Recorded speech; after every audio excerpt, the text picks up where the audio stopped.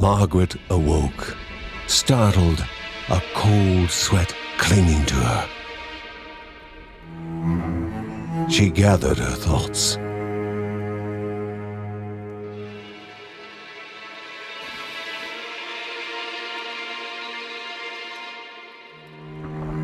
Aged wood creaked, echoing through the quiet rooms.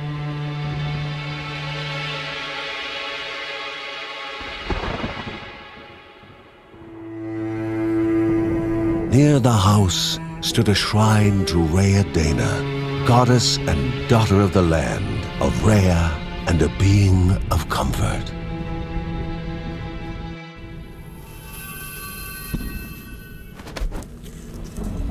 Margaret sought answers.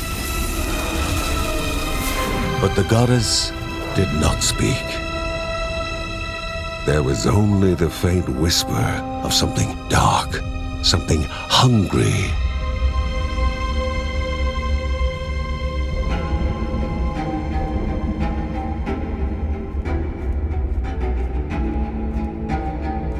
The old seer's bones felt the weight of their age as she climbed.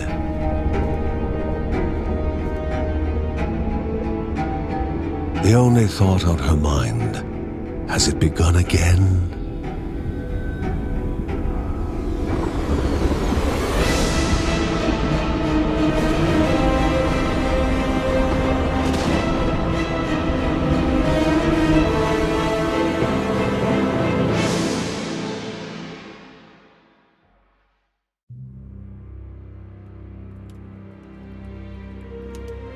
John's mission would be a simple one. He was to investigate Rhea's greatest shrine.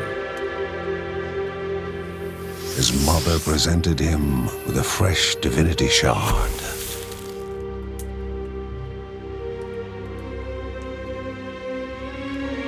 From his brother came a newly sharpened sword.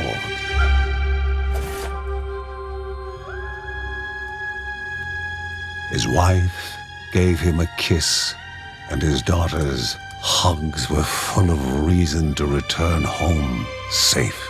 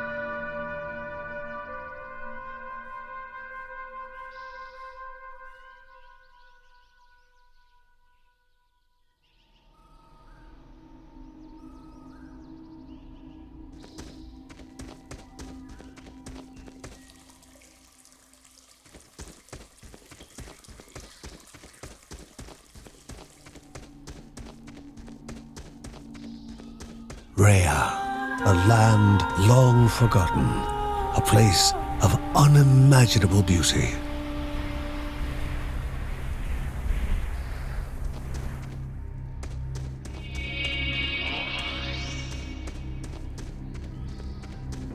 It first appeared as sludge given life, slithering creatures, small and vile.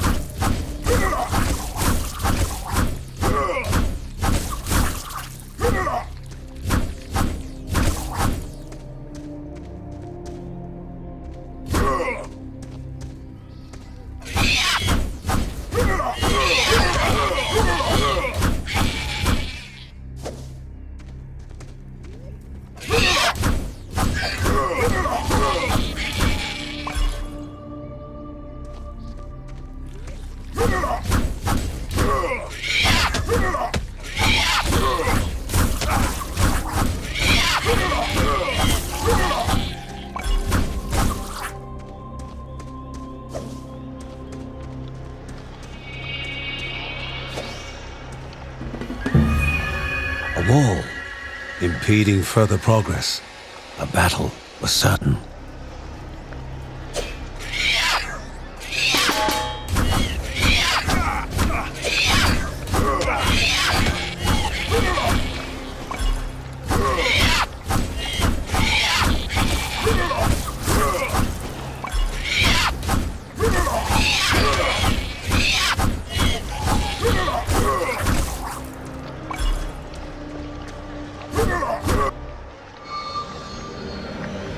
Banished by light itself, the corruption abated, leaving the shard cold in hand, dark, in need of life.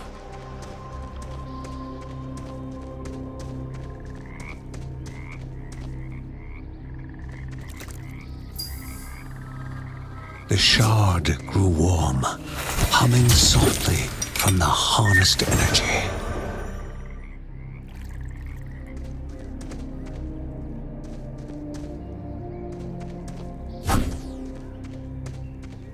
Before him was now one more dangerous than those that came before.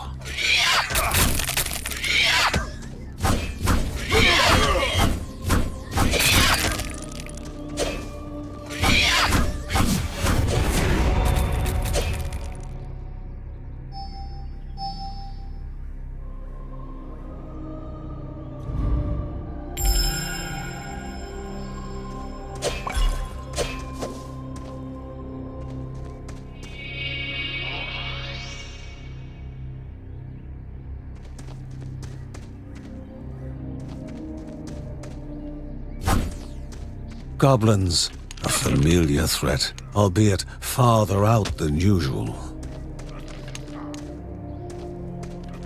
Inherently violent and ill-bathed, the goblins were an unfocused but constant threat.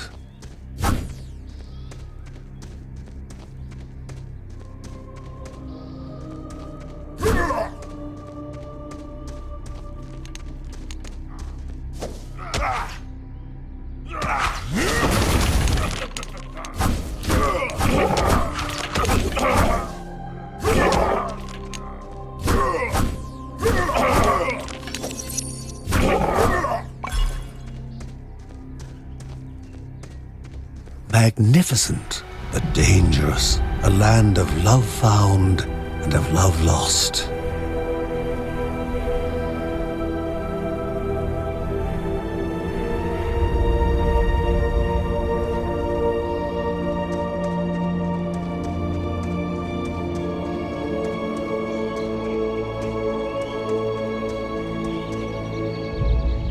Before him was sacred ground, left untouched in days gone by. Remaining calm and collected, the shock of his heart-skipping beats was concealed in expert fashion. Before him stood Linda, his eldest daughter, with bow and quiver at the ready, determined to do her part.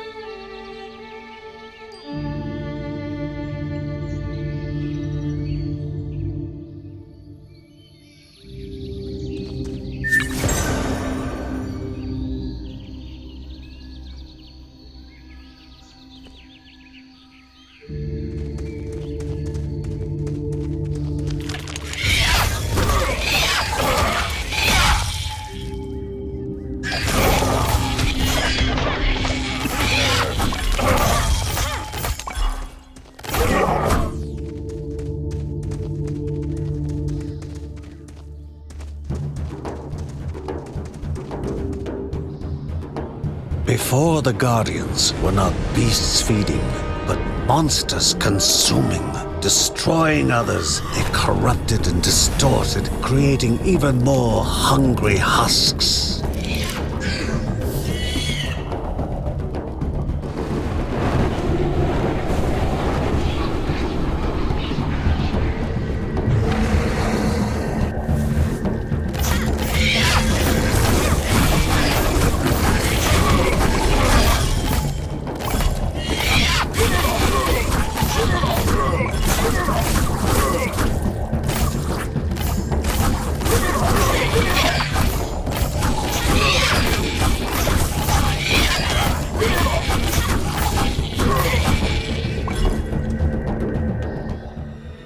Both father and daughter gathered their thoughts, their hearts heavier than before.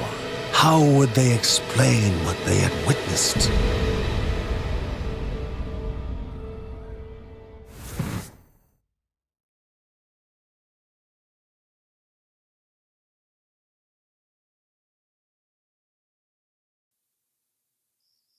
The ancient tree had been cut down. Together, father and daughter described the horror, the creatures dripping with decay that slithered into bodies stuck between life and death to bolster their ranks. Grandma Margaret confirmed what they all feared. It was the corruption, a cruel entity spoken of only with hushed voices, an ocean of darkness that flowed from the top of Mount Morta. And the Bergsons' duty was to stand against this devouring deluge of death. Kevin was also eager to do his part in the family's fight, especially when his older brother Mark was off somewhere. He was as much a guardian of their mountain home as any of them.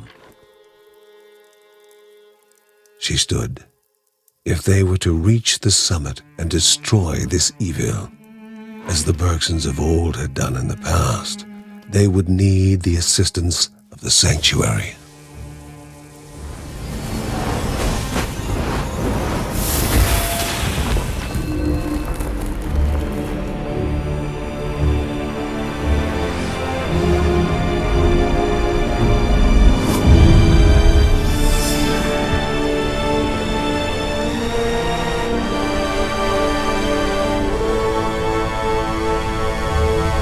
Given to the Bergsons by Rhea herself, the sanctuary was a gateway to the mysterious lands around the mountain.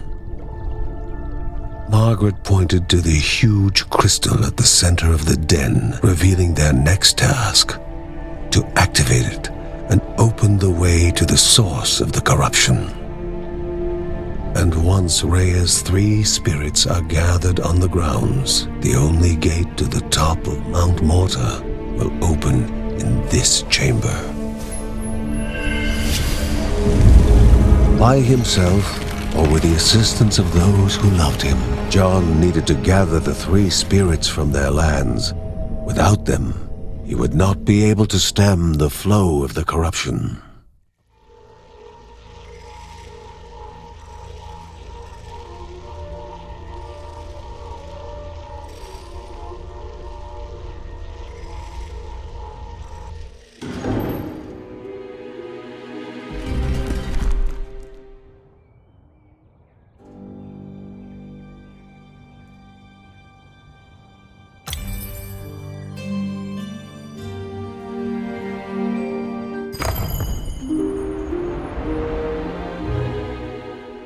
Halls of Anaidiah must be here, or she needs to be found.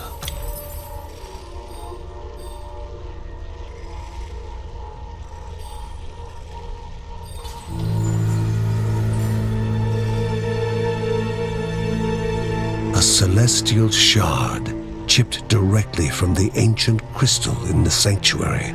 It would be the Bergsons' lifeline, a tether to pull them back home before death's fateful whisper.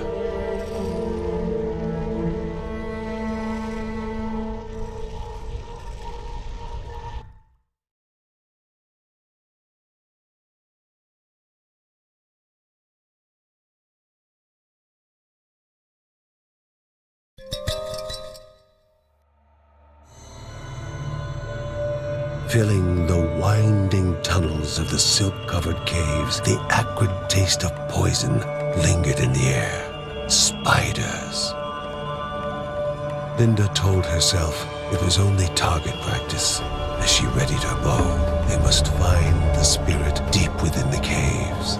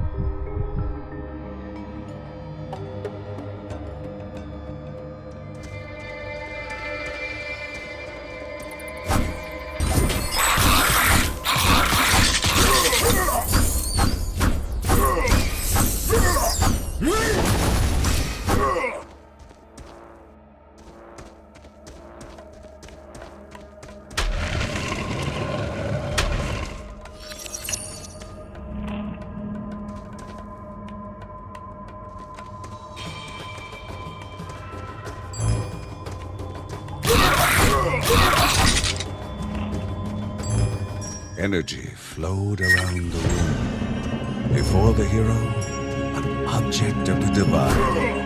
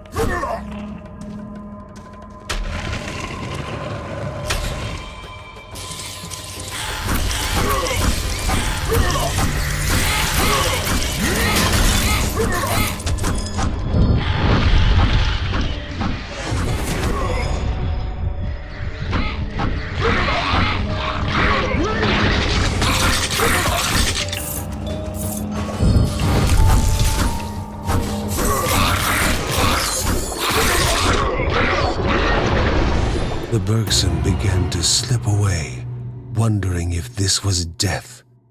It was warmer than they expected.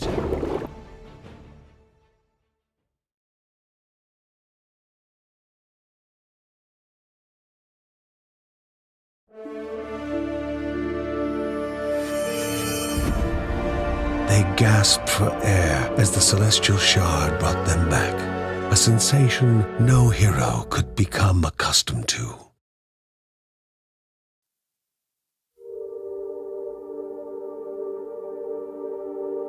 As she heard John and Linda describe their foray, thoughts rushed through Margaret's head. The corruption had amplified the creature's wickedness, and no longer were they part of the harmony of the Rhea. With the new threats looming, Margaret asked Ben to prepare his workshop. He would have to take charge of enhancing the warrior family's weapons and armor.